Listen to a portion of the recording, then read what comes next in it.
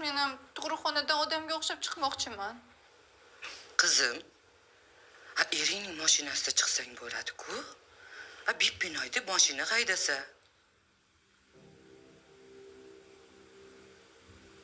Yana ham boshqalarga o'xshab inomarka demadim-ku, oyi. Keyin o'sha kunga oyijon bitta uyga bezatadigan dekorator kerak. Bitta xonanda ham gaplashib bering.